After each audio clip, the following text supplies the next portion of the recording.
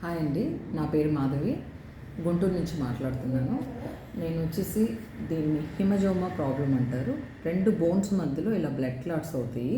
అలాంటి దీంట్లో నేను దాదాపు ఒక 25 సంవత్సరాల నుంచి నేను ఈ బాధతో బాధపడుతున్నాను.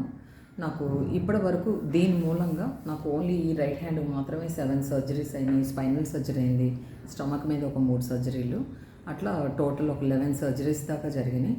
ఎప్పుడు ఇంకా హాస్పిటల్లో ఉండటం, మెడిసిన్ వాడటం, డైజెషన్ సిస్టమ్ సరిగా ఉండదు, ప్రతి దానికి మెడిసిన్ వాడటం, హెవీ వెయిట్, నిద్ర ఉండదు, ఆకలి ఉండదు, ఏమైనా తిన్నామంటే మోషన్ అవ్వదు ఫ్రీగా.